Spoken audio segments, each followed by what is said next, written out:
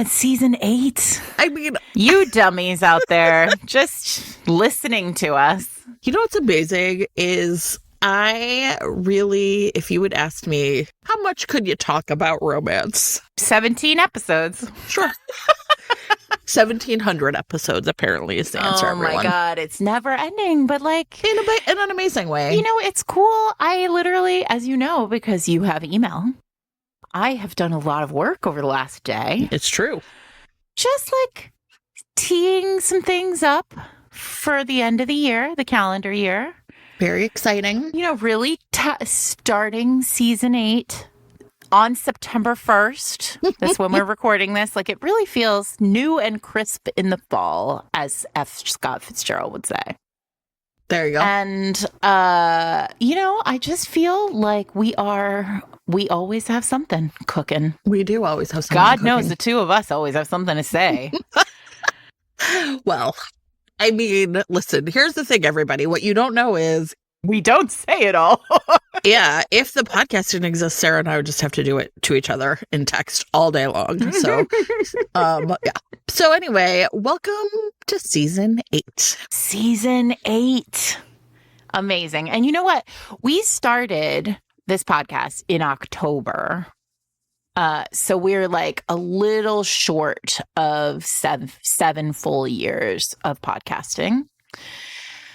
And part of the reason why we started it in October was, not part of the reason, but we were very proud of the fact that we started it right around Halloween, because we were going to talk about all these monster romances. Listen, monster romance when we started this podcast was not the same as monster romance is now. No, things have changed. I mean, you might be like, what are they going to talk about today? The State of the Union romance style. Yeah.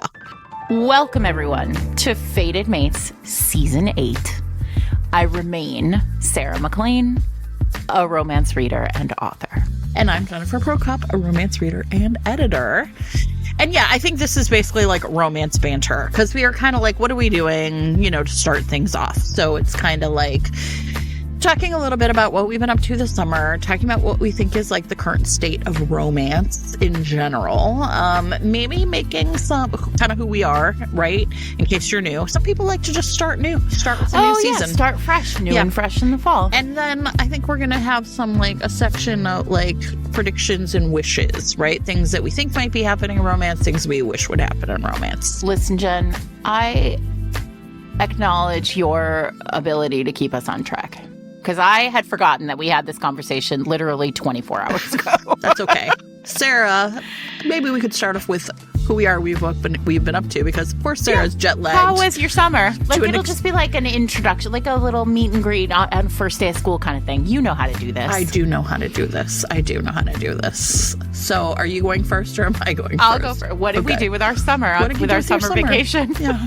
What'd you do on your summer vacation? Well, it wasn't 100% of vacation, but I did go to Oceania, to New Zealand and Australia. And I met the romance writers of New Zealand and the romance writers of Australia. And I had a great time meeting all of these people. We talked about conflict in both places. We did panels in both places. And I listened to some truly excellent people talk about the genre. And it made me feel multiple things. One, it made me feel very sad that RWA collapsed like a flan in a cupboard, as Eddie Izzard would say. And listen, by the way, also I said this to somebody, not that exact thing, to somebody while I was in Australia, and they were like, oh, did you know Redacted is starting a new RWA? And I was like, I did not know Redacted was starting a new RWA. But if you're out there, Redacted, why don't I have an email about this? Anyway. I hope Redacted gets the message. Sure, it'll make it through. Anyway, so if that's happening, great. But my point is that, and I always feel this way when I leave Romancing the Craft, which is the Adrienne Herrera Steamy Lit partnership. But I always feel rejuvenated by a room full of people who want to talk about craft. and want to talk about the genre and care about the genre and care about the health of the genre and care about like where we're going. So that was really great. And I got to see old friends and make new friends. And it was really fun. And I went to Tasmania, Jen, and I met several people from Tasmania who are magnificent firebirds. That's so cool. And like rolled up on the hotel to like hang out and get books signed, which was so fun. And Eric, when I left, was like, do not return to the Northern Hemisphere with Fated Mates stickers. And so I did my very best. Good job. To leave them there and spread our seed, if you will, across. That's a weighty metaphor to use on a romance podcast. I mean, it kind of is. Jen just made a real face, but some of you like that, so I'm just trying to appeal to everyone. So there are a bunch of Fated Mate stickers everywhere, and I met some independent booksellers there who were really great, and it was really fun. And I will say, I took a tour in Sydney of the original Sydney, like the old part of Sydney that was built by criminals who came from colonial Britain. And I was very I had said this in our Australia episode that like I felt like I really needed to learn some more about this place where I was sending people. And I feel like I did. And so maybe that will turn up in a book or two in the future. And yeah, it was great. I had a great time. But now you're super jet lagged. Oh my God. Listen, everybody's like, the plane's going to be the worst. And appreciating that, like, you have a plane situation. Sure, no, like, it's not about me. I got it. Yeah. No, the plane would have been the worst for you. I did not have a problem on the plane, but I'm a very easy flyer. I do, however, have a problem with the reentry, which is I'm awake all night long and I want to go to bed right now. And it's 2 p.m. So seems bad, but you know what? The greatest, but I did enjoy it. And I will say Tasmania is really beautiful and you should all, if you get a chance to get there, it's cool. So is New Zealand. But Tasmania kind of blew my mind. What about did the sky look different? Did you notice the toilets flushed in a different direction? I did find the Southern Cross. Okay. And that was cool. I have an app on my phone for Northern Hemisphere. And I was like, is this app going to work in the Southern Hemisphere? And it did. And so I did have a look at the Southern Cross. So there was that. And there was other stuff in the sky, like all sorts of constellations that I had never really heard of or thought about because I don't see them. And we don't see them in our sky. Tasmania is also a dark space. Listen, you guys, I'll put this in show notes. But there is a great podcast, which I think I've talked about on our podcast called This Is Love. And if you haven't listened to this podcast, it's so great because every episode is about somebody who loves someone or something, or it's about love in all its forms. The first episode of this podcast I ever listened to was about the Mars rovers. And it was interviews with the people who piloted the Mars rovers from Earth and how much they loved these rovers, which lasted for I don't know, however many years and then died. And it was a really beautiful episode about the way you can love these inanimate objects and you imbue them with human emotion, right? And there's this great episode about bird watching, and they interview a famous Black bird watcher, and he talks about being Black in the bird watching community and how much he loves birding, and it's really beautiful. And then there's one about Tasmania, well, not about Tasmania, but about dark spaces and places on the planet without light pollution. Yeah, that are dark. And there are only 10 on the planet where it's true darkness. And Tasmania is one of them. That's cool. And while I didn't get out to the darkness of Tasmania, the sky is a real showboat of a sky. Chicago is, and I'm sure the same must be true for you, the opposite. I don't think I have ever literally seen a star from the city of Chicago. There's just too much light pollution. We had a blackout once, and it was amazing. You were like, whoa. I didn't think they had those here. Yeah, right? So, yeah. But anyway, so that's a cool thing. I'm going to link to This Is Love because I actually think anybody who loves romance novels as much as you and I love romance novels would understand the premise. Will understand the premise of this and really appreciate it. That's cool. I love it. Yeah. We didn't travel a lot this summer. I feel like we really go, like, it ebbs and flows. Like, there are years where I feel like all I do is travel in the summer, and then there are years where I feel like I don't really do much. But we went to Martha's Vineyard, and that's right. We went with my sister-in-law and her family, and so like my nephew, who's 3, was there. I was like, this place is an incredible pain in the ass to get to. Surely I'm gonna hate it. But right, because we flew into Providence and then took an Uber to like this ferry that was just like a person ferry.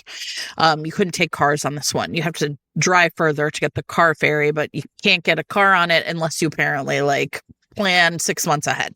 Mm-hmm. So anyway, we got on this ferry. It was the first week of August when we were there, and I loved it. I had the best time. I think it's probably like we've gone a bunch of different places with like kind of my husband's side of the family, and I really like that his parents were like just very much like once a year we'll all go somewhere, and they weren't always super fancy or anything. It was like we'll go to Orlando or we'll go to Tahoe or whatever. But I really love Martha's Vineyard. It's beautiful. Mm-hmm. It just really does feel like you're kind of getting away. I think most of the, we were staying in rented a house, right? Mm-hmm. Rather than a hotel. And that's so nice because it just feels like family. Yeah, exactly. Right. Like you can just like hang out on the deck and, like watch TV and wake up early or go to bed late or right. Like all the stuff that just kind of feels like it's easier to do in a house than a hotel. You sent me a picture of the backyard and I said, don't get a tick. And you were like, Sarah, I'm never leaving this porch. I was like, adorable. But yeah, that was a big concern for my sister-in-law because my nephew, of course, was running around in the grass because he's 3. Mm-hmm. But you could like Uber everywhere kind of like once you got there. And so that like kind of wasn't necessarily super ideal, but like it just was like kind of a last minute thing. So we weren't able to like get a car there or whatever. And my sister-in-law and her family, they were able to get like a convertible. You know what I mean? Like the last car available to rent in all of Martha's Vineyard. But it was beautiful and we just had the best time. And I thought like it has a couple of like, listen, there's nothing I really love more. And this probably will surprise people because I don't think of myself as like being a person who loves like a little tourist town. Yeah. But I'm like, oh, you can walk up and down the main street and like buy a t-shirt that says Martha's Vineyard, right? Like I'm going to love it. And there are like a couple different towns on Martha's Vineyard and they're very different. So like Oak Bluffs is very different than Edgartown or Edgerton. I'm not sure how you say it. So anyway, also the other thing that was really funny is that it is the 50th anniversary of the movie Jaws. And Jaws was filmed in Martha's Vineyard. And so like there was Jaws shit everywhere. And one night, our last night there, we put my nephew to bed.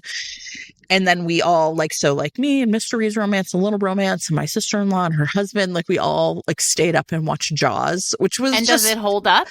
Yeah. And I was kind of like thinking it wouldn't because I was watching Little Romance, right? I was like, if he is bored, then it's boring. Like, does that make sense? But he was pretty invested in it and actually was like, why is this so scary? And I was like, because they never. Did you say it's the music? Yeah, that. And they like never show the shark, just like the claustrophobia of like the scenes where they're just out on the water, like waiting for the shark to come find them, right?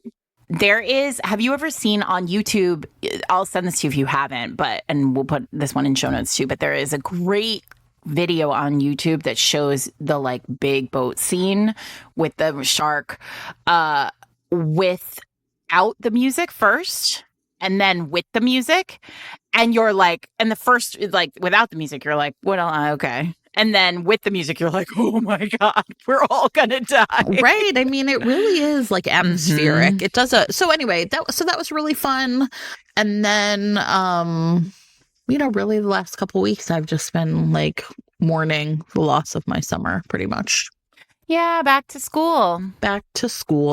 I went school shopping this morning with 2 7th graders. You deserve a medal. with a list in my hand. And one of them was like, I need a black folder. And I was like, can you not have a folder of any of these other colors? She's like, it says it needs to be black. I was like, well, I don't know what we're going to do about that. So I was like, I'm pretty sure I have a good friend who's a middle school teacher. And I think probably if you rolled into Ms. Reed's Romances classroom with a blue folder instead of a black one, I would never care. I think This it would be okay. Yeah. Something I would never even think to care about. But you know what? I do know that there are teachers out there who get real. Well, then they should pick a color that's available at Staples. Well, then. And that's how I feel about that. It has to be available at Staples 2 days before school starts. I was like, there. You got to it. Yeah. It was available at Staples on July 13th. Exactly. When we made the list. When the list was made and the minute the doors opened. That's it. That's funny. So yeah, I mean, it was a good summer. It really was. It was quiet. And did you do a lot of reading? Did do a lot of reading. I did a lot of editing. So you know how you have those books that just like are in your brain? There's some scene and it's in your brain and you're like, okay, if I can find it again, right? It's from 10 years ago or 20 years ago or last week, who knows? And one of the things I found myself really thinking about is like, number one is how difficult it's going to be in the future to find those books, as like, there are people that like put a book up and then take it down and it's like gone, right? Like gone from the internet. But also, I will never know. There'll be a point where I'll be like, I could have edited that book. Who knows if the person ever published it, right? So anyway, sometimes that happens. And I think to myself, my poor brain. One of the things, like in terms of like hard resetting, what's going on up here, is I do try to read things other than romance in the summer. Me too. Right, like to just kind of reset and then when I go back to romance, it's like, okay, I can like enjoy this in a different way. Sure. And so I think the good thing is, like, I read a bunch of mysteries. I read Tomorrow and Tomorrow and Tomorrow 3 years after everybody else read it and had a great time reading it. I read a bunch of like the New Yorkers. I read a couple of nonfiction books. So I do feel like that has been good for me in terms of like returning to romance. I have been reading a lot at night because I am awake for the last week. And I read The Gilded Heiress, Joanna's book, and had a great time with that.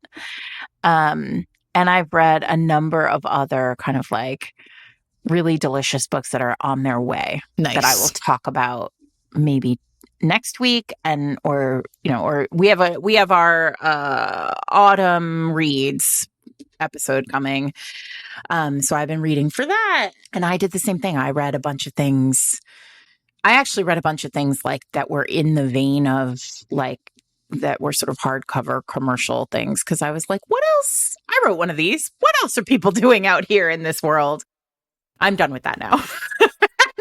Back with romance. I actually have downloaded a bunch of historicals because reading Gilded Heiress made me feel like all I want to do is read more historicals. Last week, Joanna was in Chicago, and I did an event with her at the last chapter. And I also did an event earlier this summer with Mia Sosa there. And what was really fun is, and I hope Joanna didn't mind, but I don't think she did, is like when I'm interviewing someone I don't know as well, like, right, like I'm the conversation partner, but I like know my job is to really just like ask questions and, you know what I mean? Like let them be the star of the show. But, you know, I know Joanna better. We've had her on the podcast a bunch of times. I've hung out with her in person. And so I feel like I was a little more like loose, like kind of like sharing like funny stories or like, you know, like saying more about like my experience of reading the book or whatever. And I think it was really fun. It was a really fun event. There were a lot of people there. I mean, I don't know. So everybody, if you have a chance to go to a romance event, and so many people are doing book tours now, Mm-hmm. You know, even if it's not your favorite author, right? If it's close enough for you to get there and go to it, I really recommend it. There's something very restorative about it. It's interesting to hear people talking about the work. There are a lot of people in the audience. It felt really conversational, like who sort of were like kind of sharing their, you know what I mean? It was great. It was a great event. Romance events feel different than all other book events, I think, in my opinion. And I think that's because it's like, it lends itself to community. Right? We all read so much. We all have so many feelings about the books. We all understand why we're all in the room. You know, at a time when community is becoming more and more vital, it feels great to be in a room full of people who love what you love. Yeah, so that was really fun. So I had a good summer. Nice. This week's episode of Fated Mates is sponsored by Vasilisa Drake, author of A Bargain So Bloody. All right, everybody. So Samara is a witch who is trapped in a magical prison for a crime she didn't commit. Free Samara. Exactly. She's resigned herself to essentially just like, I don't know, she's got 15 years in the joint. What's she going to do until she learns that even the freedom she's been promised is the cruelest lie? Uh-oh. So she's like, I have two choices. I either can resign myself to dying in the cold walls of Castle Greymere or pass. Or I could break out. Only problem is no one leaves Greymere alive. So in order to get out, she's going to need, you know, a handy undead person to help her. And that handy undead person is Raphael. He is man. the worst kind of monster, Sarah. He's a vampire with a thirst for blood. And of course, yes, mortal enemy of the witches. So nice. She doesn't know what to do because she has to trust this guy. This is the same kind of vampire that killed her mother. He's unspeakably powerful. His the size of tree trunks. His supernatural strength can be tamed only by these enchanted cuffs they forced on him, but he's also the only way she's going to get out of there. So they make a deal. Samara unlocks his shackles and he'll help her to escape. But although Raphael has agreed to help her leave Greymere, he's never promised to let her go. But he's going to help her do something else too, I bet. They better. Woo, listen, if you are also interested in what else Raphael is going to do to help her, you can read A Bargain So Bloody right now in print, ebook, audiobook, or with your monthly subscription to Kindle Unlimited. If your podcasting app supports it, you can click on the chapter title right now, be taken to buy the book, and for special treat for Fated Mates listeners. At the end of this episode, if you stick around, you'll hear a sneak peek of A Bargain So Bloody in audio. So thanks to Vasilisa Drake for sponsoring this week's episode. I think, well, we also said we wanted to sort of introduce ourselves. And so we just vaguely introduced ourselves. Like, you know, Jen is a teacher by day. I am a writer by day. I have a mom. I am a mom. I also have a mom, but I am a mom. Jen's a mom. Like, whatever. We talk about our lives a certain amount. But I think like it's important. I think we should go back to the beginning and sort of explain where we came from. So we met on Twitter. We did. Pour one out for Twitter. And we met because we were both loudmouths on Twitter.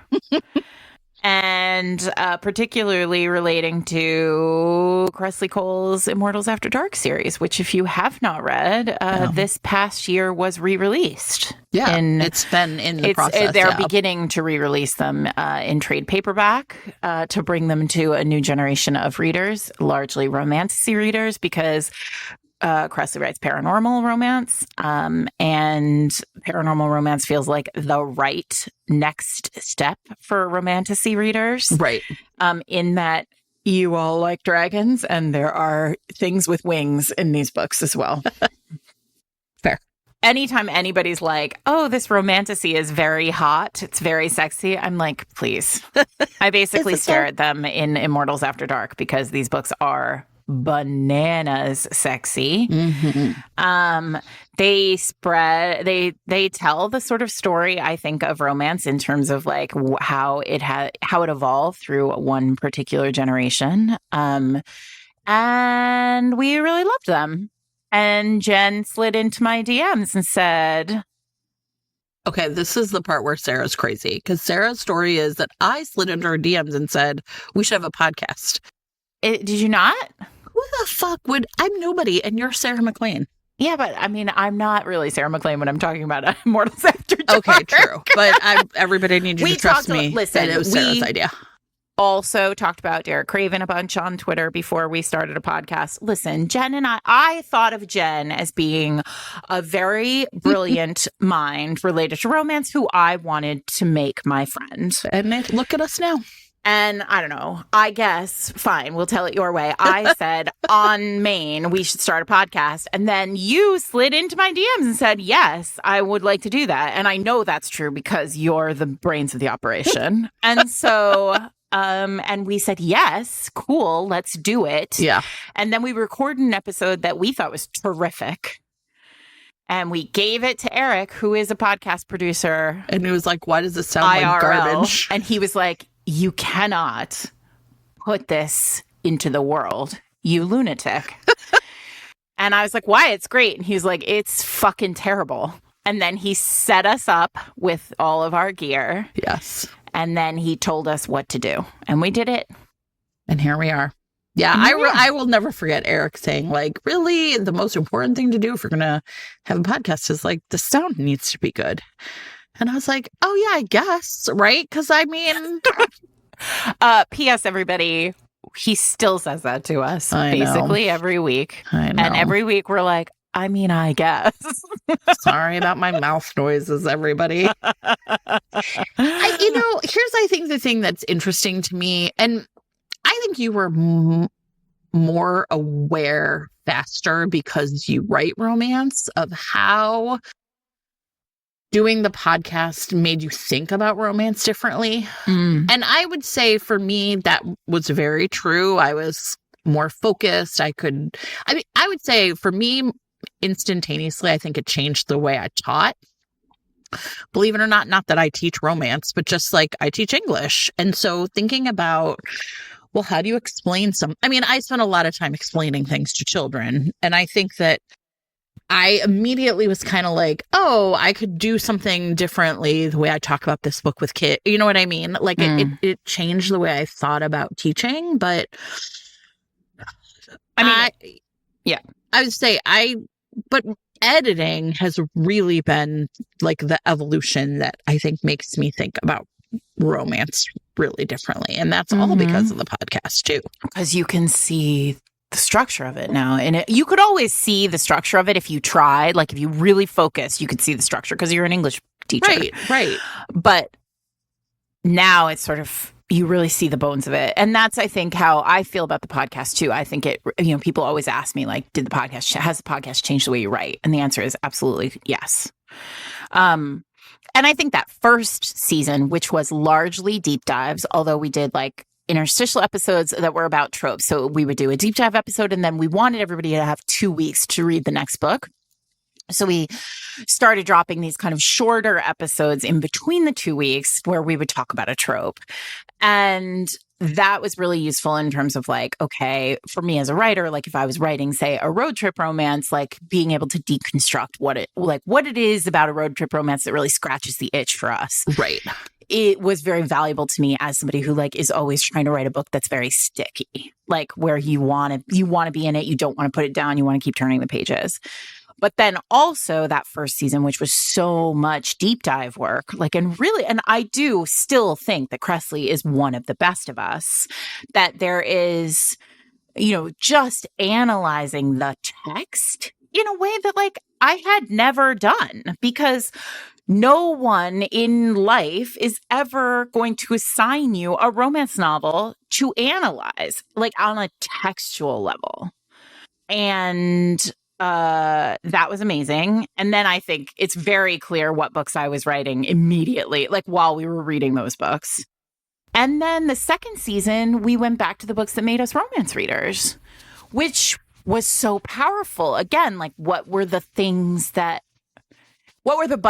were installed for us and why? I mean, I think that we've heard readers say the same thing, right? Like I just knew I loved to read romance, but now I think about the books. Yeah, I think about the books differently. And I think that's the part that for me has been, but I mean, it was years. I mean, like, I don't think I started editing until probably year 5, right? Or, I mean, I don't know, maybe it's been a little longer, but I mean, it was years of sort of like weekly work about like the books and what they're doing and how they work and why they work the way they do before I started editing. And I mean, I've had years of teaching. I know how to give feedback on someone's writing, right? So, I mean, that's like a skill set, but like the podcast was the other part of the skill set for me. And I think like it's been really interesting to think about how it's changed me, not only as a reader, but also like this other huge part of how I now interact with the genre.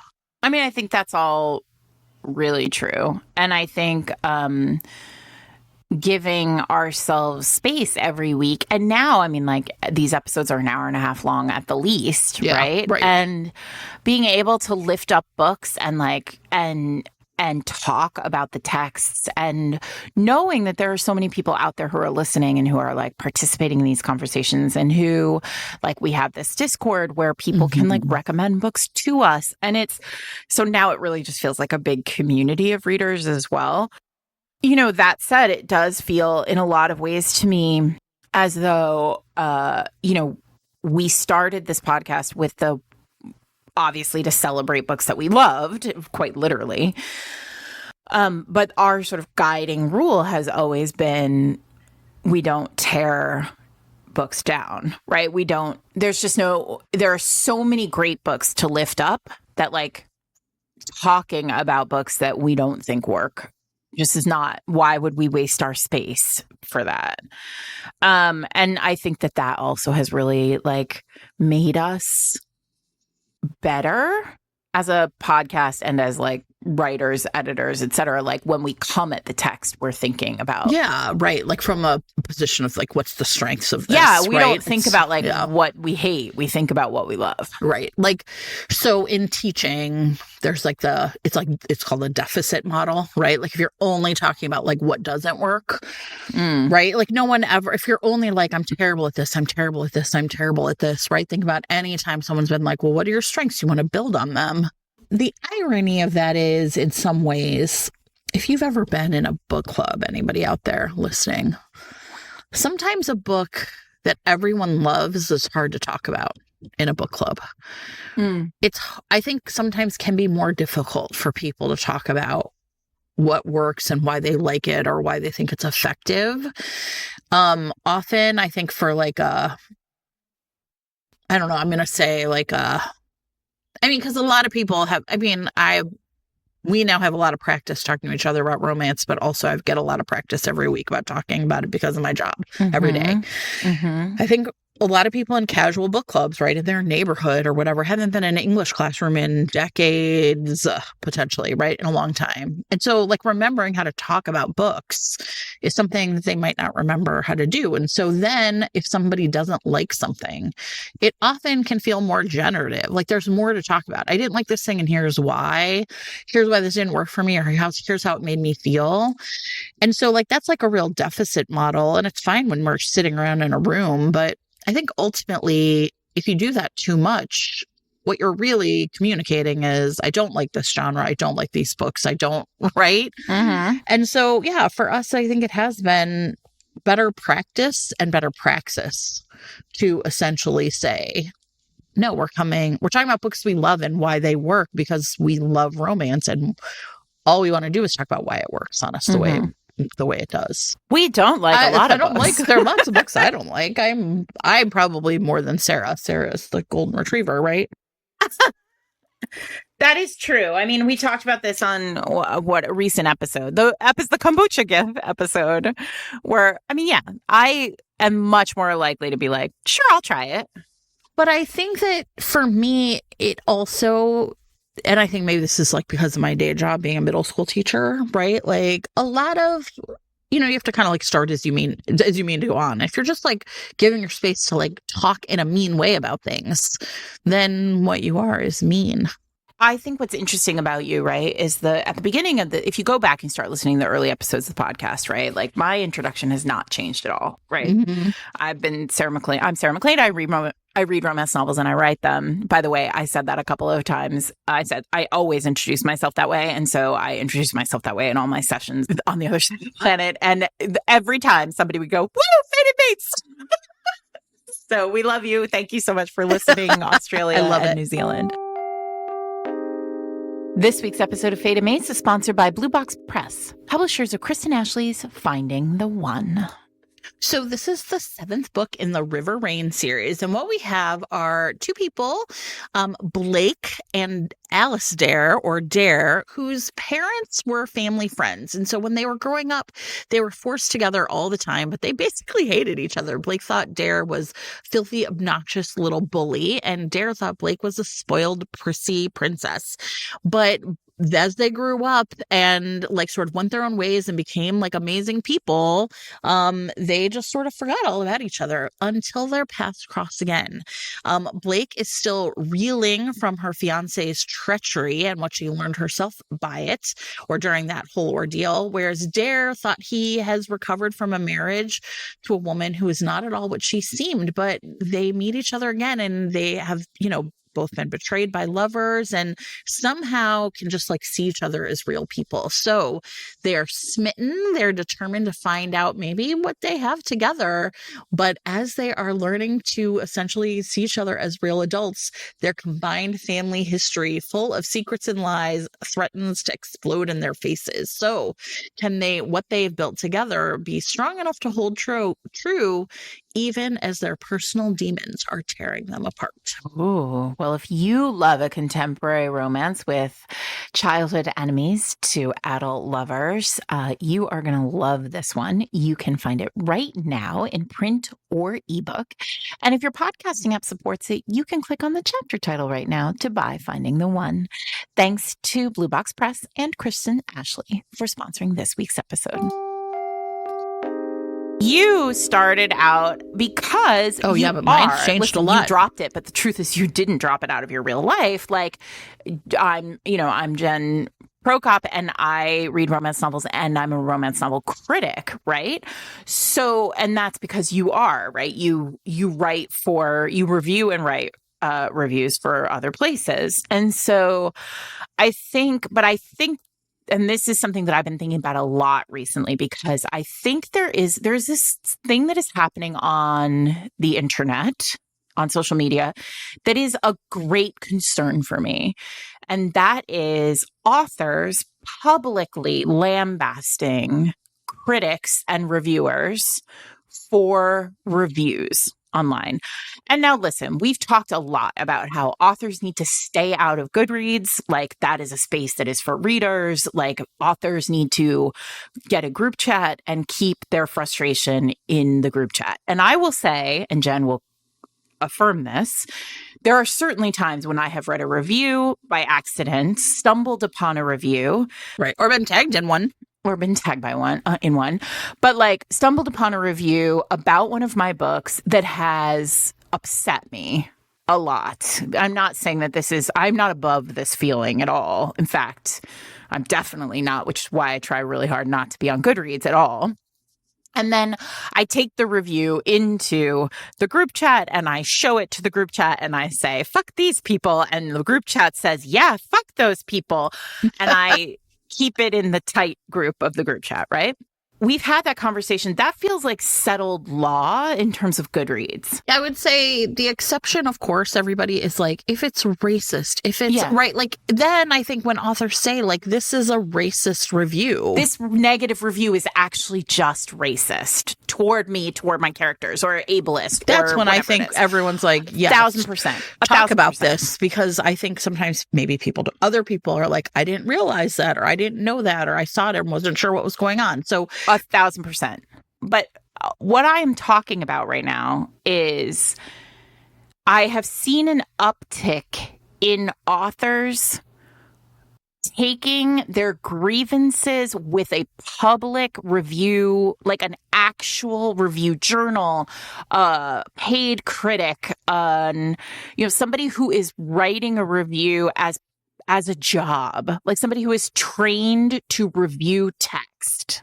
Right, paid to review text, and saying, hey, like, fuck this review publicly. And not because it's racist, like, No, just because I didn't like it. Because I'm hurt by this, right? Like, because I want everybody to love my book, and it hurts me to see criticism of it. Listen, I get that too. Guess what? I've had bad reviews from major publications, right? And that is hard too. But the reality is that critics are essential to the publishing ecosystem. And that's because they are part of what lifts an art form into a place of cultural discussion. Yeah. Are they the only thing that does that? Absolutely not. Like, absolutely not. But I think like criticism is an art form. Like, it is a skill that is honed. And so when we point at a review journal and we say, this review journal gave me a bad review, and so like, and I'm going to publicly like dissect this review and tell you all the ways that this reviewer is stupid. What are we doing? That's not in service to the text or to our business or to our art form or to the ecosystem that we want in order for text to thrive. As someone who does this work, I think I'm really interested in it because I think there's so many different like vectors on which people sort of attack these things. Mm-hmm. And one is like what you just described, like sort of this like, it's personal to me and I didn't like the way it made me feel to read this. I think then sometimes authors get into the space of like, well, they didn't understand what I was trying to do. And I always, when I see those, the way I think is, well, I think they understood just fine. I think you didn't execute what you thought you did.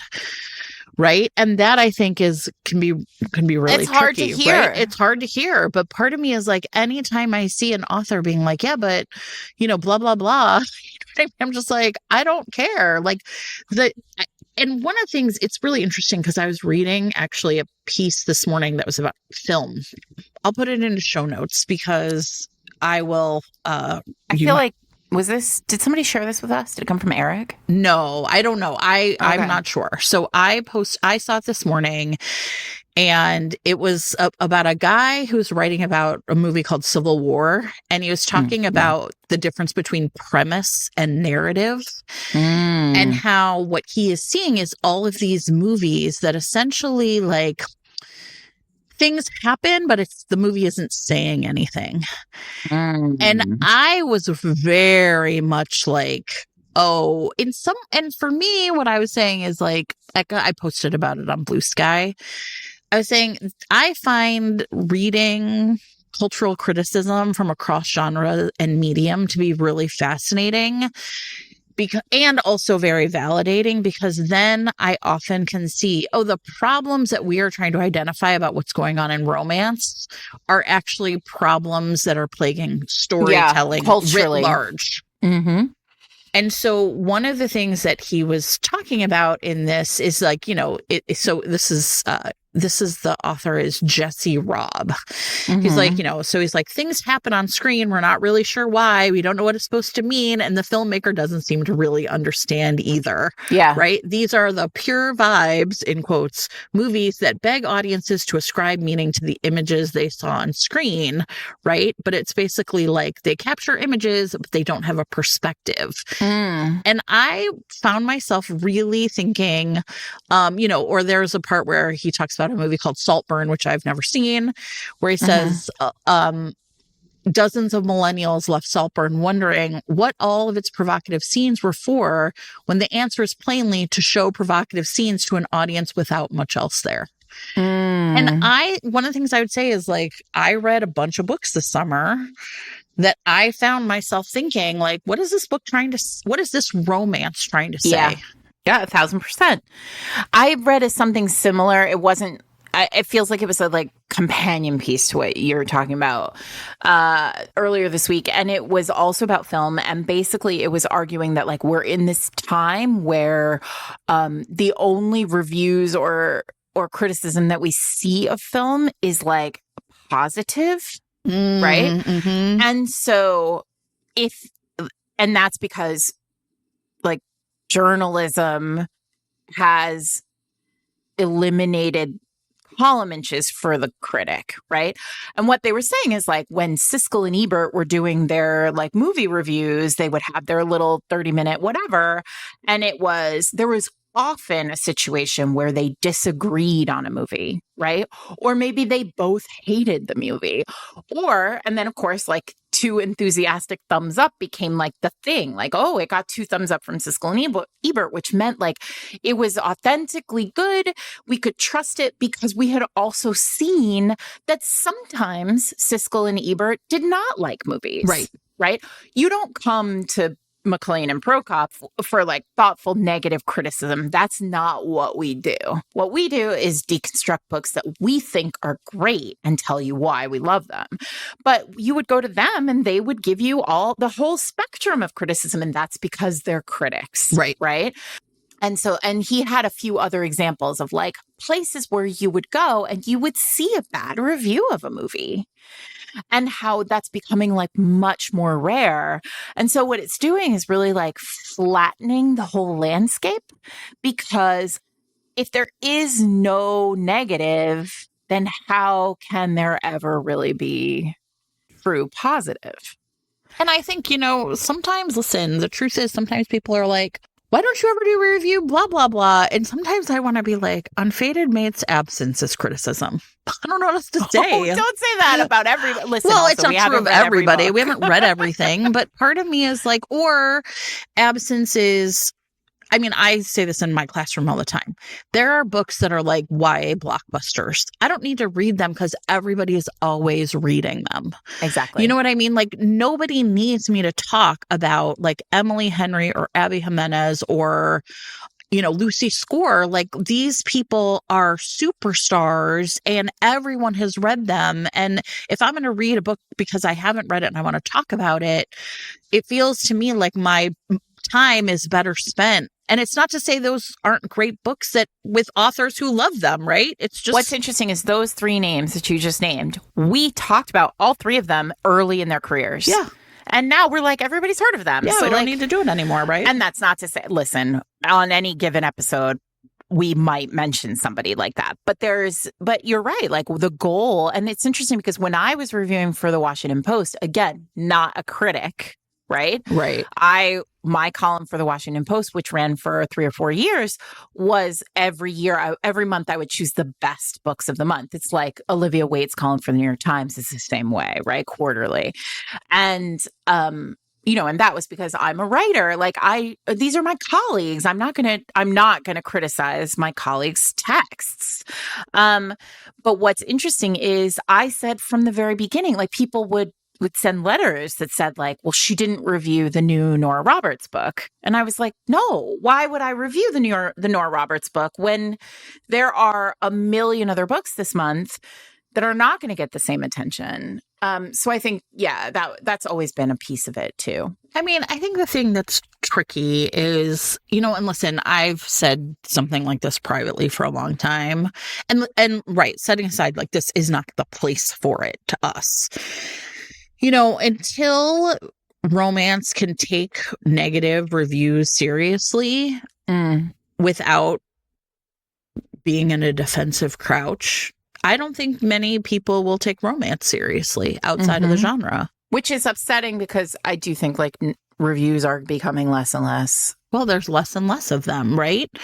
Yeah. And so we just heard AP, which had like sort of a book reviewing, right? A lot of local newspapers will essentially get like, okay, I'm just going to run the AP's book reviews because we can't afford to pay a book reviewer when they're not doing it anymore. So that means that like lots of local papers will just not have book reviews anymore. Yeah. Well, and we used to have the Los Angeles Times used to have a book review section. The Washington Post used to have a book, like a in the Sunday paper, a book section, which was full of reviews. I had a monthly column at the Washington Post. I don't anymore because they got rid of it.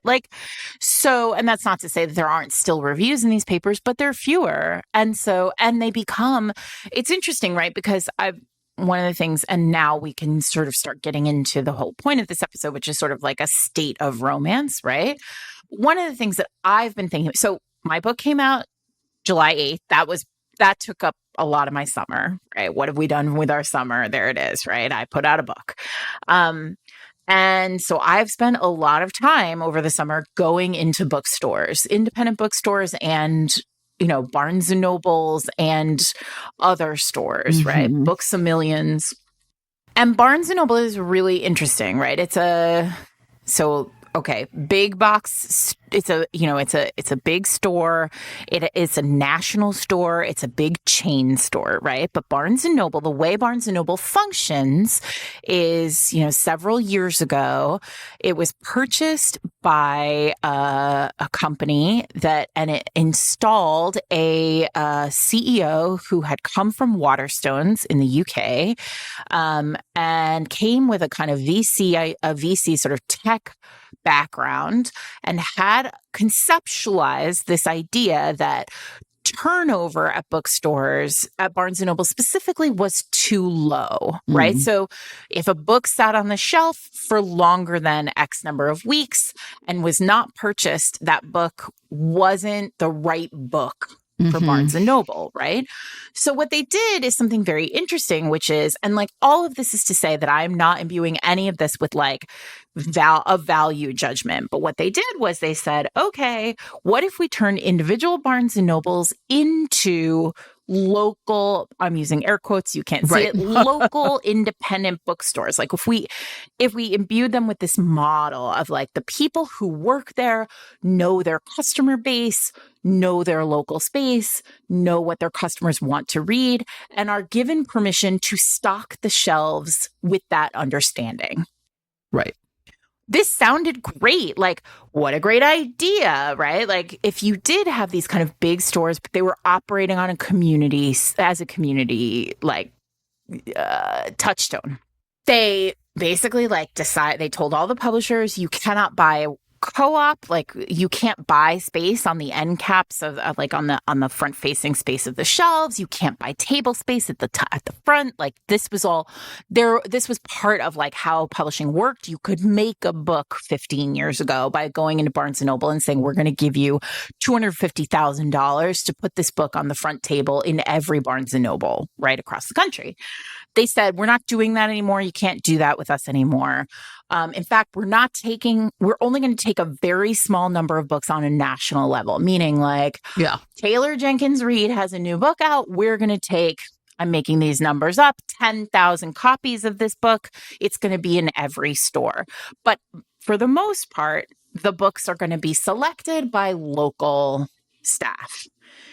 This was fascinating, except at the same time, we had the pandemic and everything flattened, right?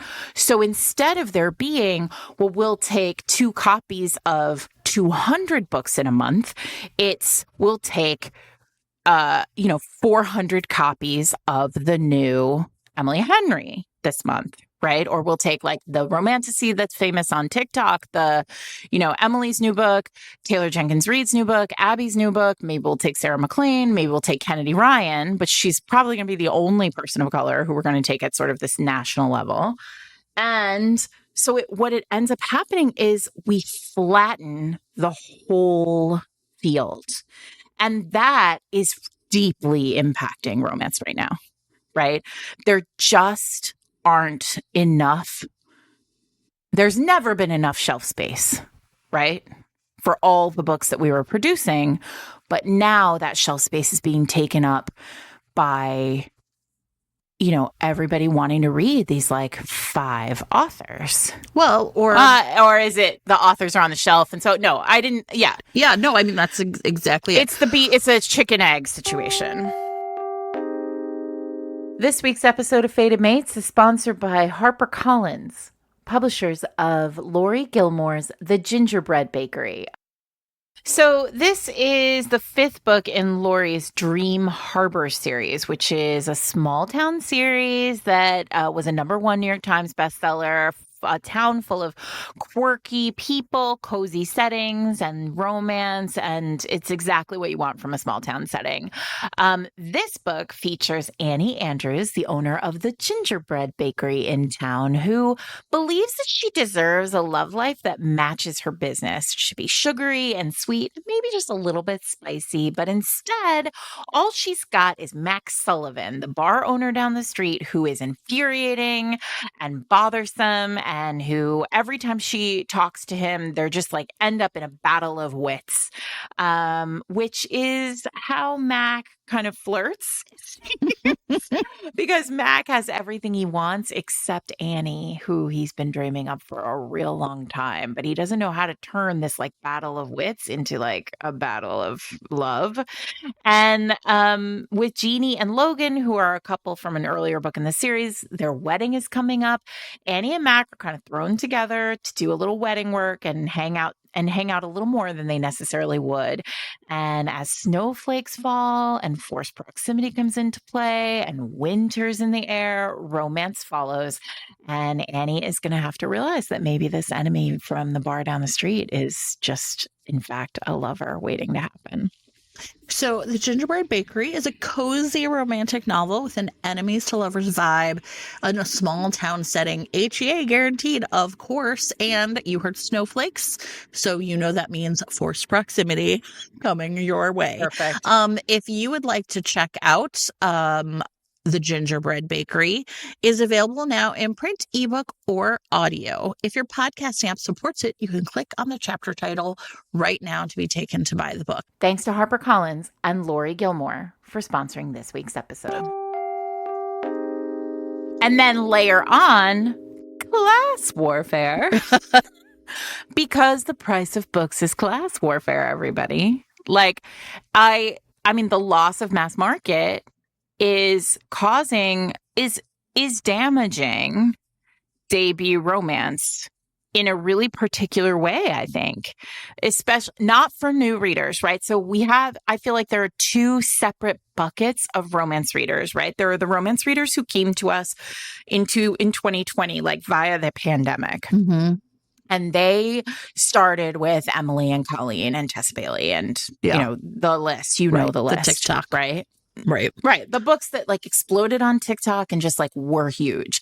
And the reality is, and I want to say again, none of this is a value judgment. I have loved most of these books, right? Yeah, of course. And so that bucket of readers found romance, found joy in romance, and like really built like a community and a popularity for romance above a certain price point, right? Like these people don't blink at spending $18 on a paperback, right?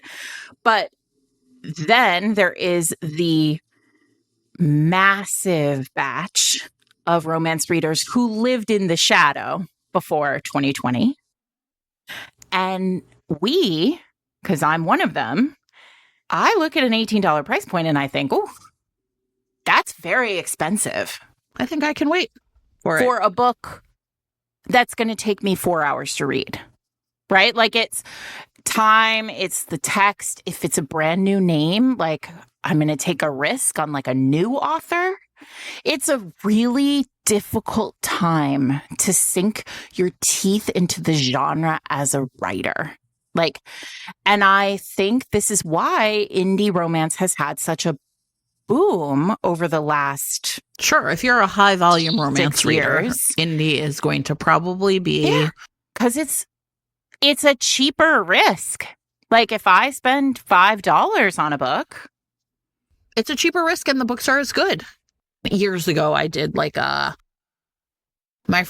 couple friends and I in like local people did a series at like a local library about like sort of like, so you want to be a romance writer type of thing. And and it was really interesting because, you know, in one of them we were sort of talking about like self-publishing versus traditional publishing, just sort of like what it looks like, what are the pros and cons, how would you go through this? And what was really interesting is one of the librarians who was just like in the room kind of monitoring, right? Like making sure like that, you know, nobody, you know, I don't know, stole the books or whatever.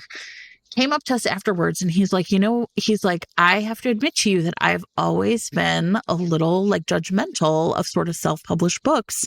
And he's like, and I was thinking about it and like listening to what you were saying. And then he's like, and I realized how dumb it was. Like, I don't judge an indie filmmaker, right? Like, I understand that. And for maxing out their credit card to make Reservoir Dogs or whatever. Right. And it was really interesting because, of course, as a romance reader, especially if you're primarily an ebook reader, probably the only way you can tell the difference is by the price point.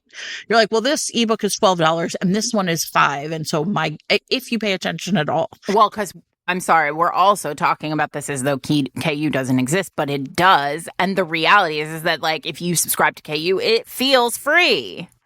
It's not free, but it feels free. Well, and I think the other thing is it used to be, I mean, and like this is real inside baseball, but it used to be that there, and I think this is probably still the case, right? Like self-published authors are in KU and there was no traditionally published works in KU. KU was for self-publishing. And then what happens, right, is now traditionally published books can go into KU at some point, but they don't have to retract their like. Yeah, they have a special deal. Right. So if you are reading a book in KU and it's self-published, you can't get it anywhere else. Like that's the deal that these authors are making with Amazon. You can only get it from Amazon. You can't get it from Apple or Barnes & Noble or wherever. You're essentially promising that it will be exclusive.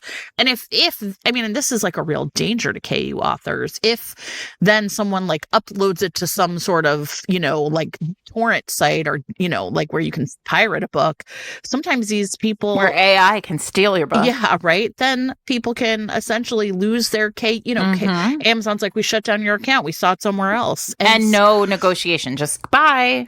Right. But now it's like you can read in KU and within a couple of months have access to things that were a $14 ebook, 3 months ago. And I think that is one of the things I will say is like as a high volume romance reader, like I am always looking to stretch my romance dollar as far as I can, as long as I can. And I am like, listen, this book's going to be on sale. It's going to end up in KU.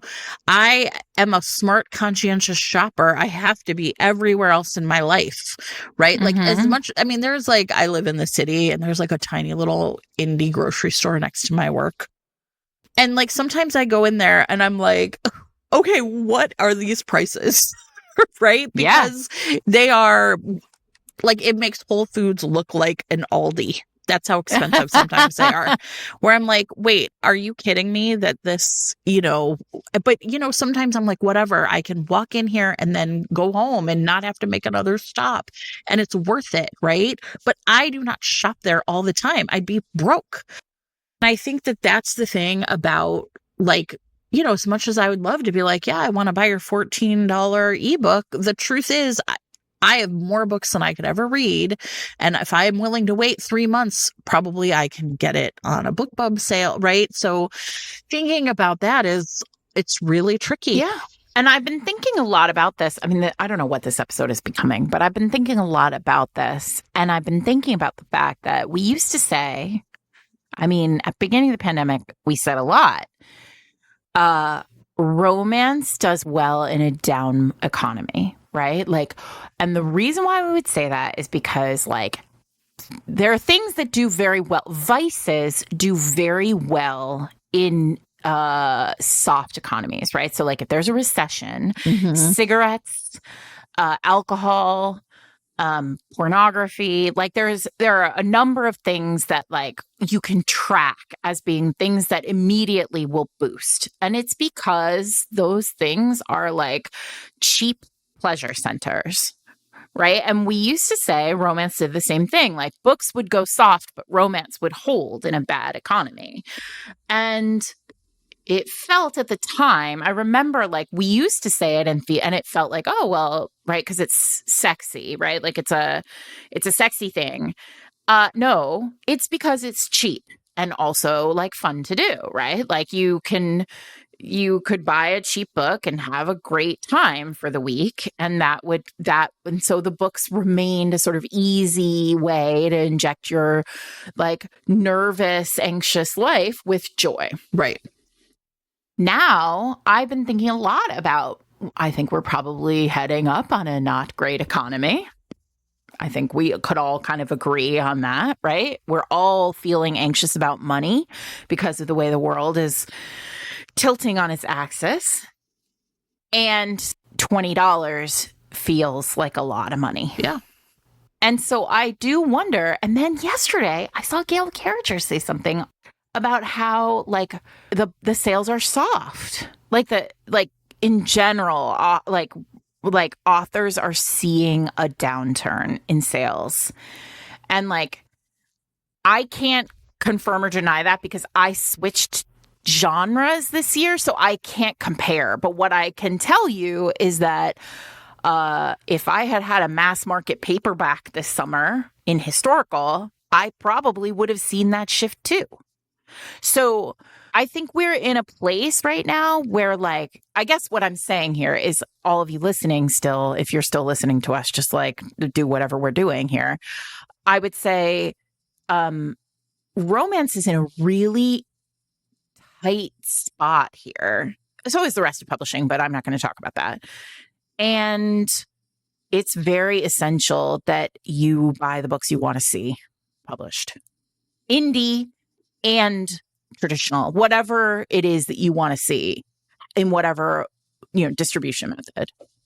Yeah. And you know what? Maybe that just means like you're like, I'm going to buy backlist. I mean, I would love to say, like, I think realistically, like, I used to say that and kind of be like, buy the books you want to see in the world. Like, but now I really am like, okay, but if you're like, I can't buy it, I can't buy a $20 book every month, right? That's just not in the budget, right? And one a month is like a joke, right? Like, I mean, I can't buy a $20 book every week.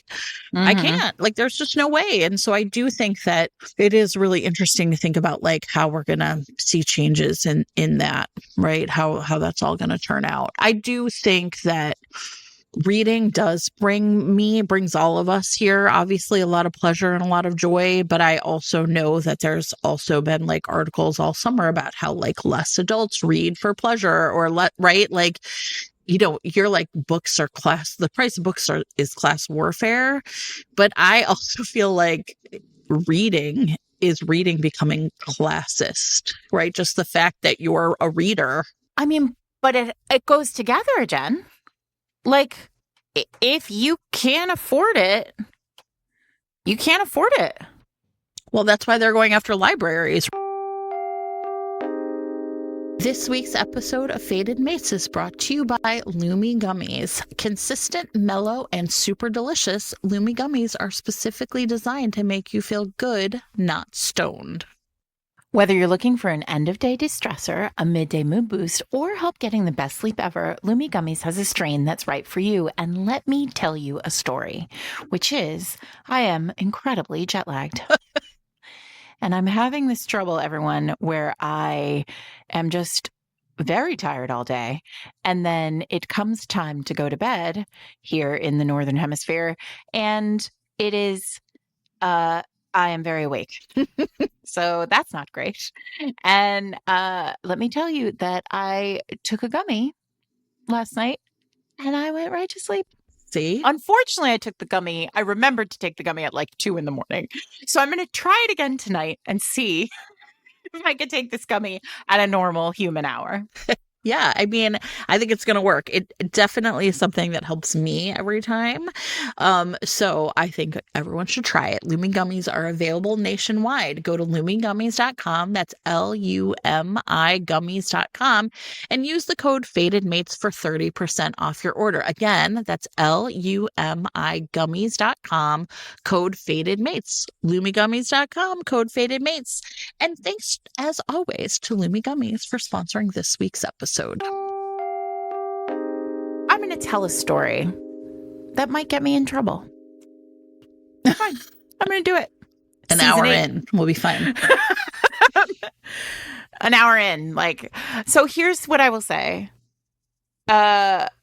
Historical has come last to the shift. We are starting to see, it was announced earlier this year that mass market is done.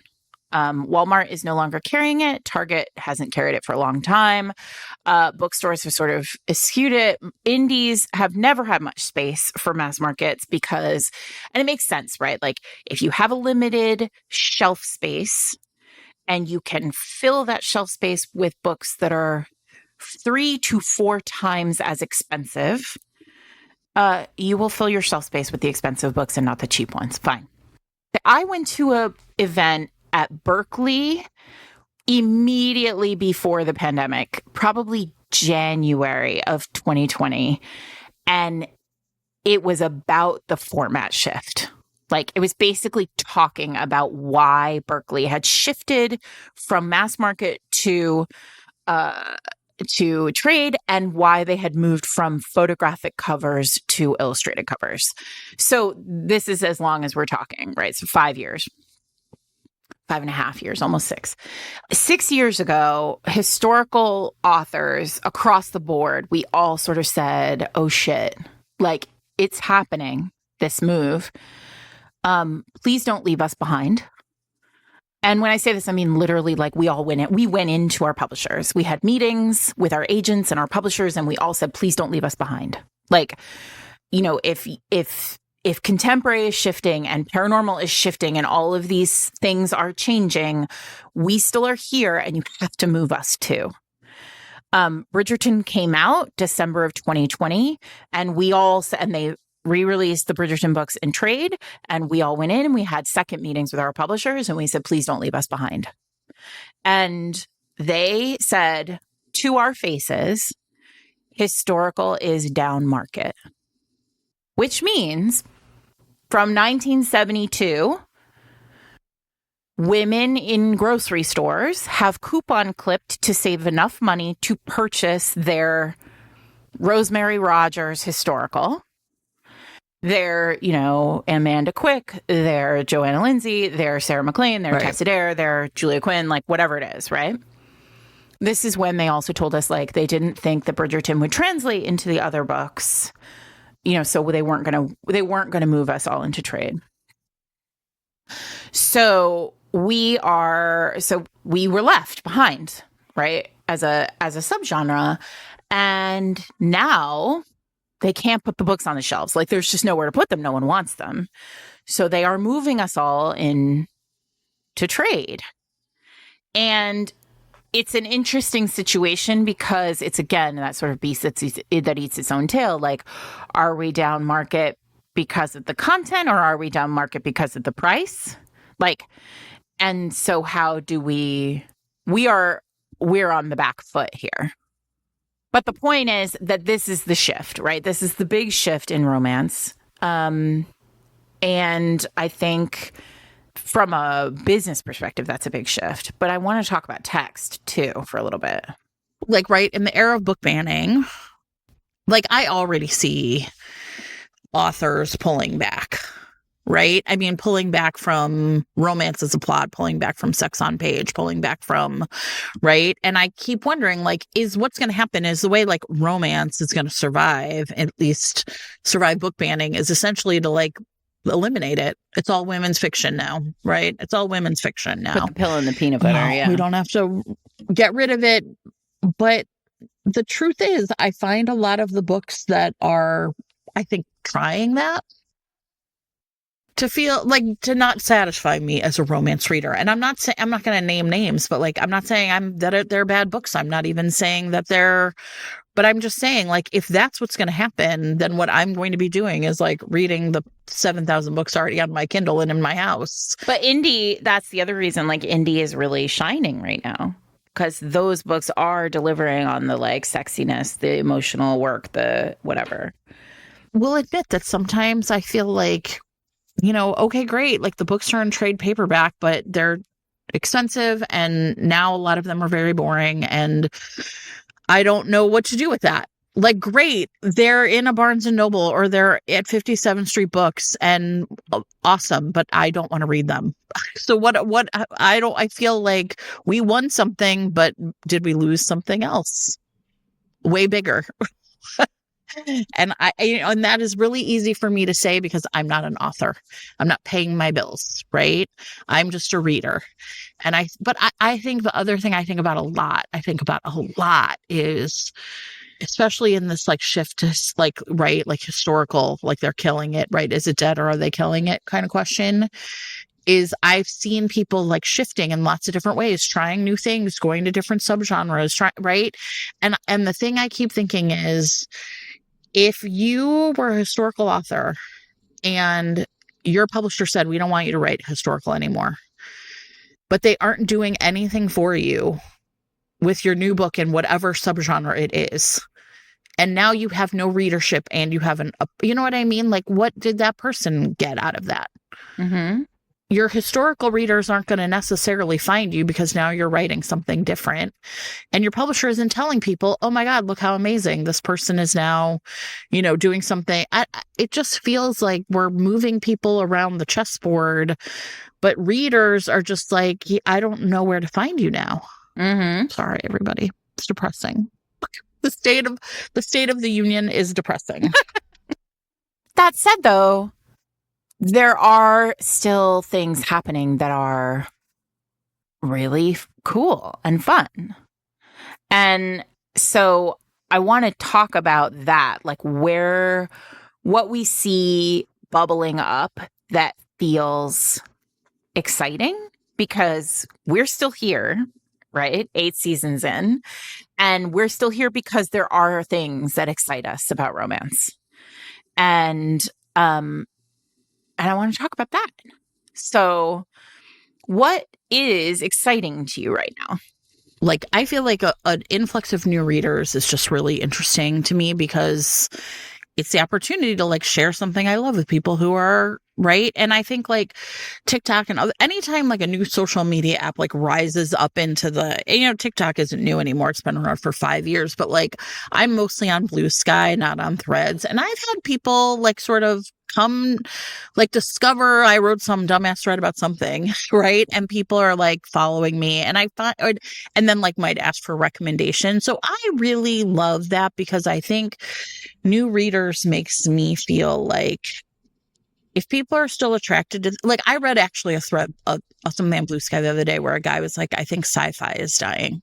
And it was really fascinating. Interesting. Why? Well, because what he was saying is like fantasy is booming. And he was like, like he was kind of like, we've had big like romantasy and paranormal, like kind of big like subgenres of fantasy, like sort of rise up and are really popular.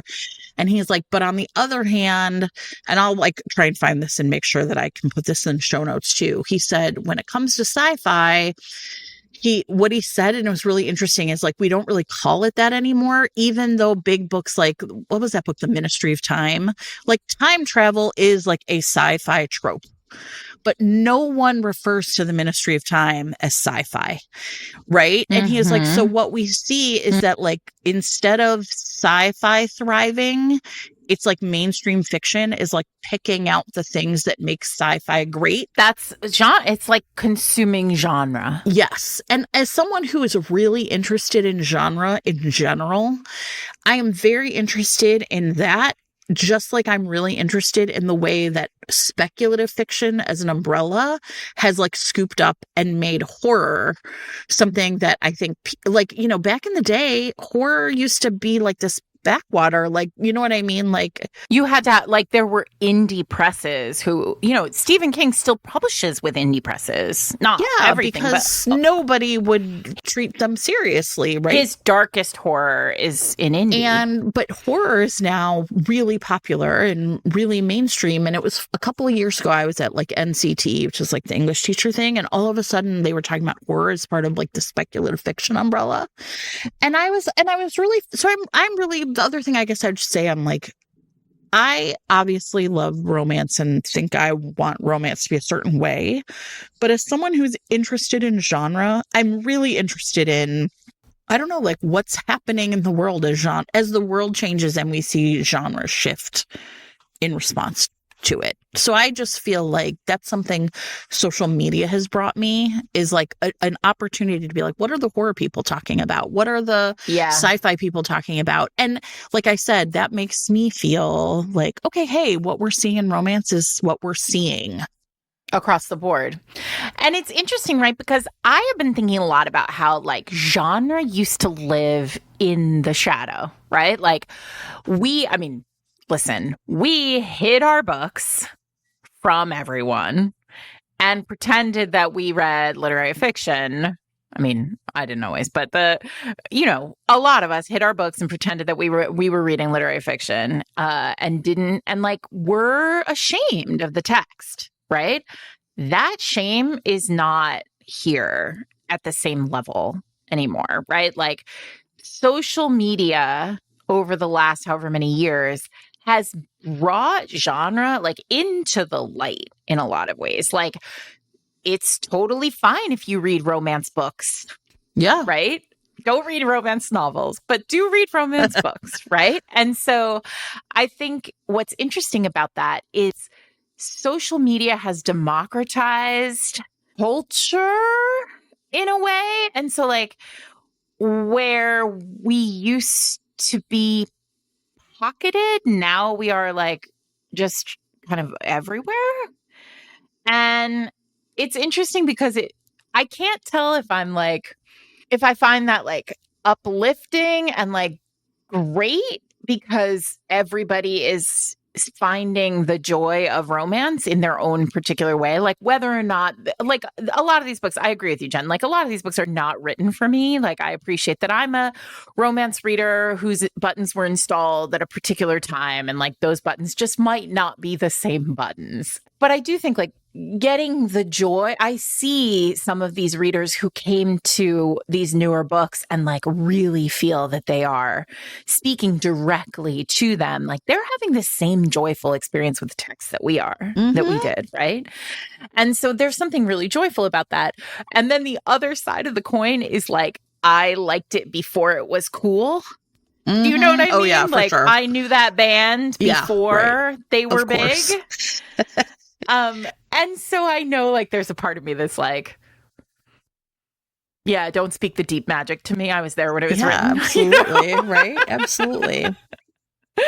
But I think there's that. I agree with you. I think new readers are really a blessing in a lot of ways. Like I love seeing like the joy. I was in Australia and I was talking about books, and of course I talked about Gorilla Twins, everyone, at multiple times. And I still like anytime people's eyes just like light up at, oh my gosh, that's so bananas, and I just want to read it immediately. And I will say at the end of every session that I talked about Gorilla Twins, somebody would like come up to me and be like, wait, what's that called?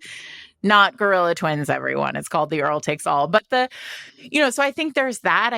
And I am really into the fact that in indie specifically, the kind of bananas plots thrive. And I would say, like, I think these bananas plots are thriving in traditional too. I just think they're like glossed over in traditional. But like every once in a while I'll pick up something that's like really popular and I'll read it and I'll be like, oh, this is like a straight down the middle like romance novel from 1985. And I think that that's really great because the one thing that I'm always like I would be devastated to lose in the genre is that sort of like high level of feeling. I mean, I think you're right about sex and traditional romance, although I don't know that it's publishers who are pulling the authors back. I think authors are pulling themselves back. Yeah, I think so too. And it doesn't ultimately, I don't care, who's pulling whom back. I'm not saying like sex makes a romance great or not. I'm just saying it's noticeably different. But I also think like, I think of, for example, Louisa Darling, who we are avowed fans of here at Fata Mates. And, Louisa came through contemporary. She could have chosen to write romantasy, and she loves historicals. So she wrote historicals. And I think the the benefit, I think I'm seeing a lot of that right now, like, and on an individual level. Like, I don't know that we're seeing it. Everybody knows, like, I keep lists of things that I think are going to be trends. And I'm not necessarily willing to call this a trend yet, but one of the things that I'm hoping is a trend is I'm hearing from a lot of people who are like, I want to write this thing that is not hugely popular right now, but I'm going to do it anyway. And I think indie is giving them, self-publishing is giving them an opportunity to do that. And what it's doing is producing books that are bangers because you wrote the thing that gave you joy. I feel like one of the things that, you know, if you've been around long enough, you've been around these romance streets long enough, you know that like everything comes back around. I mean, you know, God, where was I? Like, it's just like 90s fashion is back. You're like, oh my God, where was I somewhere? I was like, listen, the barrel jean is an attack. Don't come for me. I put a pair on the other day and I was like, whoa, no. I mean, right? You're like, what's happening? No, thank you. I got rid of these in the 90s. But like, one of the things is like, there's a lot of time travel books now. Speaking of sci-fi, and these were like some of my most formative early romances. Oh, yeah. So I'm super excited for that. You know what I mean? I feel like sometimes you see like a, you know, like a beloved trope like coming down, like you're kind of like, there's like you're like, is it a mirage or am I really seeing that? Right? Is it coming back? And I think that is pretty exciting. And I do think that sometimes it's like in those spaces, like the banana stuff can kind of live, right? Like if you're writing a time travel romance, you're writing a time travel romance for a reason. It's not because you actually think their time travel exists, not in our genre, right? Yeah. And historically, Jen, romance has really produced after this kind of tightening. And I listen, like, this is not me being like, hey, cool that we're just trampling on people's rights. But like, in the past, moments of political and social dissidence have produced some pretty great books. And we've always, right, that's always been the case. We're really interested in kind of like what is romance doing? The work. Right, the work. And I am finding myself, and like there are long stretches of time where I'm like I'm just like reading. And then there are times when like something bubbles up and I'm interrogating. And I would say that like right now I'm very much in an interrogation phase, right? Why are these books looking the way they are? Why are these the things that are selling? And you know, and I have different opinions about kind of why. What is the book doing? And is it successful at doing it? So in that sense, I am excited. Same. Because I think that things are going to have to be different because everything is so different. Yeah. I just think as long as we keep showing up for the books, you know, and keep saying out loud, like I have seen, and I don't know if it's because my algorithm is just tight now, but like I think a lot of people are saying like they want big feelings, they want the drama, they want the excitement, they want the page turning, they want the high pacing, they want, like, I'm seeing a lot of people saying that they want these things. And I mean, we've been screaming about that for years, that like, that's all we want, right? And so I think as long as we are, like, the readers are speaking up about what we want, about what the genre can do, how it can inspire and evoke and engage and keep us turning pages, then we're going to be okay. Yeah. But I want to speak to the writers out there. This is a real rough time in the world, and I know it is because I too am one, and I'm trying to write a book. Put it in the text. It's okay. It's okay to put it in the text. Yeah, I think it's actually vital that we put it in the text. Well, genre carries the myth, right? Jane Ann Krantz forever. Yeah, it does. And you know what I find myself thinking about a lot, which is like, I think right now, whatever, it's where we are. I don't think people will be surprised here us talking about like politics or what we think is happening. But like, I feel like right now, right, for like a big part of my life, the myth of America that like we were trying to like work towards and build, to me, when I think about it, is like the Obama White House when gay marriage passed, right? This was like America like saying, this is who we are. And right, so if you don't know what I'm talking about, like they lit up the White House in like colored lights. And I think one of the things that we're seeing now is our current administration trying to say like, no, that's not who we are. That's not who we are in lots of different ways. And I guess I would just say, I'm not going to tell you that like reading romance is going to like fight fascism. But I think reading romance might give you some solace that will allow you to then go out and do the real work. I think a lot about, turning our backs on Black women and like forcing them out of the workforce and resegregating and like trying to eliminate trans people from American life. And I just want to say like, if you're writing romances that are like fulfilling that myth, then I don't want them, right? I would like romance to really live up to what I think of as like the most important parts to me are like the ones that say like anyone who values love in their life is deserving of it. Mm-hmm. Yep. And that I think is why more than anything, like I keep reading romance, because it's some days are harder than others when it comes to believing that. Yeah, now more than ever. And I think that if you are looking at the genre and you're seeing the push, we are seeing that too, right? The like push toward the majority, right? But I also think like look closer, because there are a lot of people out here writing joy that looks the way we want it to look. Yeah. And we try every week to talk about those voices. Why is reading important? It's a way of seeing the world. It's right, being able to live in other people's skin. It's about a way of like sort of, experiencing a world that like isn't yours, a life that isn't yours. Mm-hmm. And like, that's not all it does, but that's like a big thing that it does. And so who gets to tell their stories, right?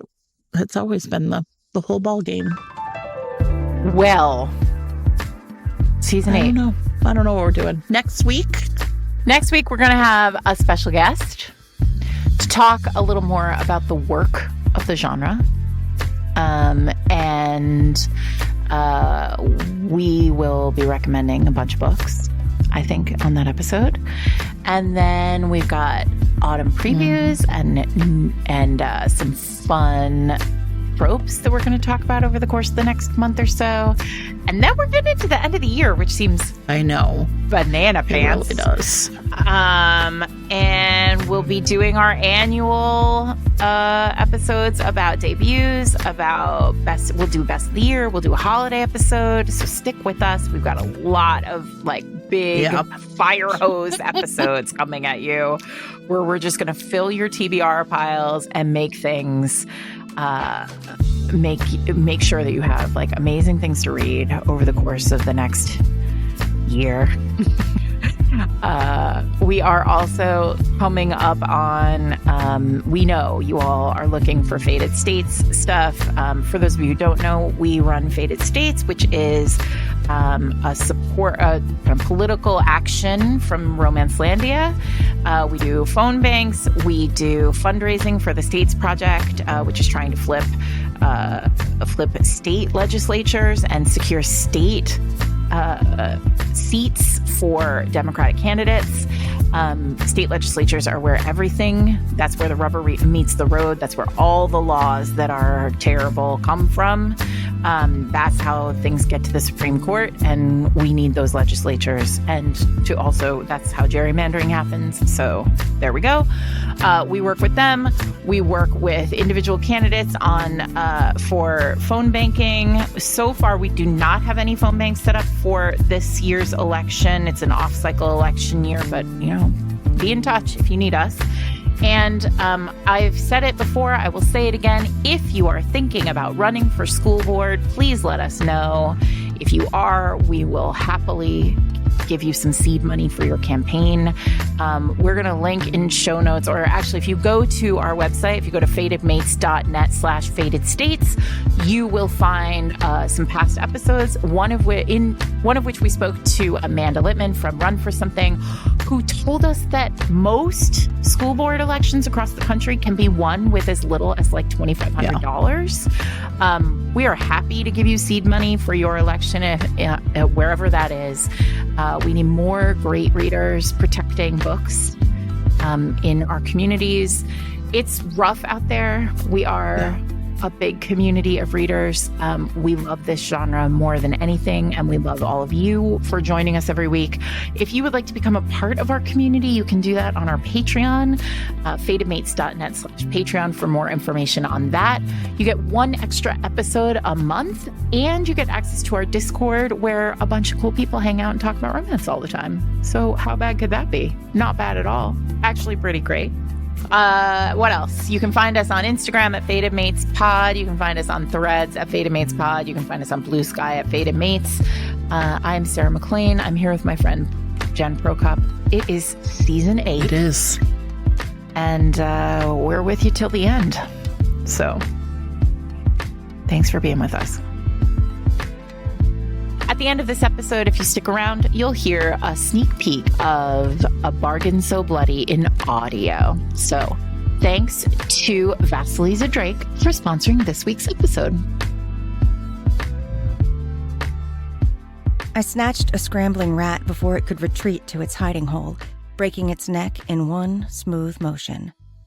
Samara, a princess is not meant to hunt vermin. That's what my mother would have said if she saw my dirty fingers grab the rat's matted fur, likely as her delicate fingers pinched her nose.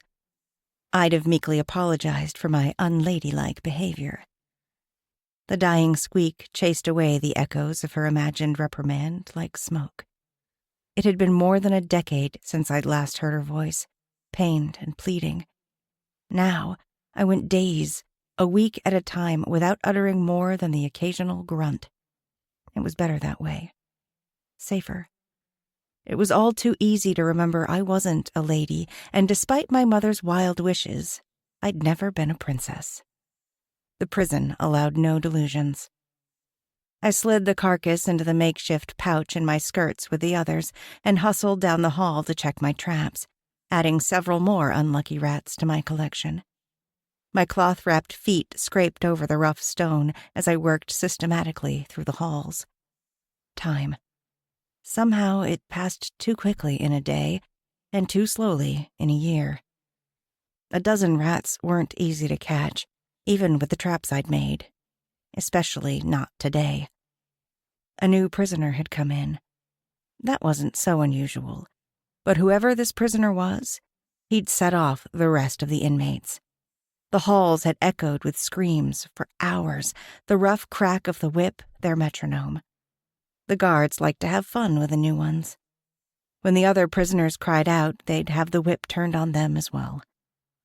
Catching rats was tricky at the best of times, but the yelling and carrying on had made my job all the harder. They hid in small corners and scratched and bit to try to escape the inevitable, even after they were caught. Not that it ever worked, something I knew all too well. My mother would have thought it was horrific. Me? I was numb to the task after all these years. The disgust of being around dead vermin wears off pretty quickly once you realize it's keeping you away from the living ones. As I walked into the kitchen, Nelson was at his preferred post, the single half-functional chair in the main servant's chamber. It might as well have been a throne by the way he ordered everyone about. "Hurry up, you lazy shit," he snapped with his scratchy voice. kitchen won't wait all day." I picked up the pace, taking care not to drop my haul. Nelson leered at me as I passed. I made a show of speeding up, hoping that would soothe his ego. He wasn't as highly ranked as a guard, but rather was a disgraced noble's son, which made him our superior. He lorded his status over us. He was constantly imagining infractions against him. That was how you got sent to clean the toilets. It wouldn't have been quite so terrible if everyone took their turn. Instead, Nelson let his favored few skip their shifts, worsening the smell until some unlucky sap was sent to clean up. Unlike the rest of the Witch Kingdom, magic was inaccessible in Greymere, meaning the feces had to be scraped by hand instead of washed away with an enchanted card. I eased through the doorway, trying to avoid the other servants. The kitchen was half the size it needed to be for the number of prisoners we had. It was the only warm room in the prison, except you couldn't enjoy it. The air was always sticky with sweat from the workers. I deposited the rats near Cook, who was brewing the main course. He accepted them with a grunt, and I didn't bother to acknowledge him before starting on my next task. There was always more to do, and if you looked like you didn't have enough for even a moment, toilets. I delivered the rats just in time to be added to this supper's stew. Next on my rotation was washing the dishes from breakfast. Technically, Robbie was supposed to do that in the morning, but as Nelson's lone friend and co-bully, he got away with slacking off more than anyone else. Usually, he put the blame on me when the dishes weren't done by the evening. Washing dishes had some advantages. It was the one place in the prison where we could actually use soap. Baths were a thing of the past in Greymere. I got used to the smell after a while, sure, but inevitably my fingers were plastered with blood after breaking the necks of the rats all day.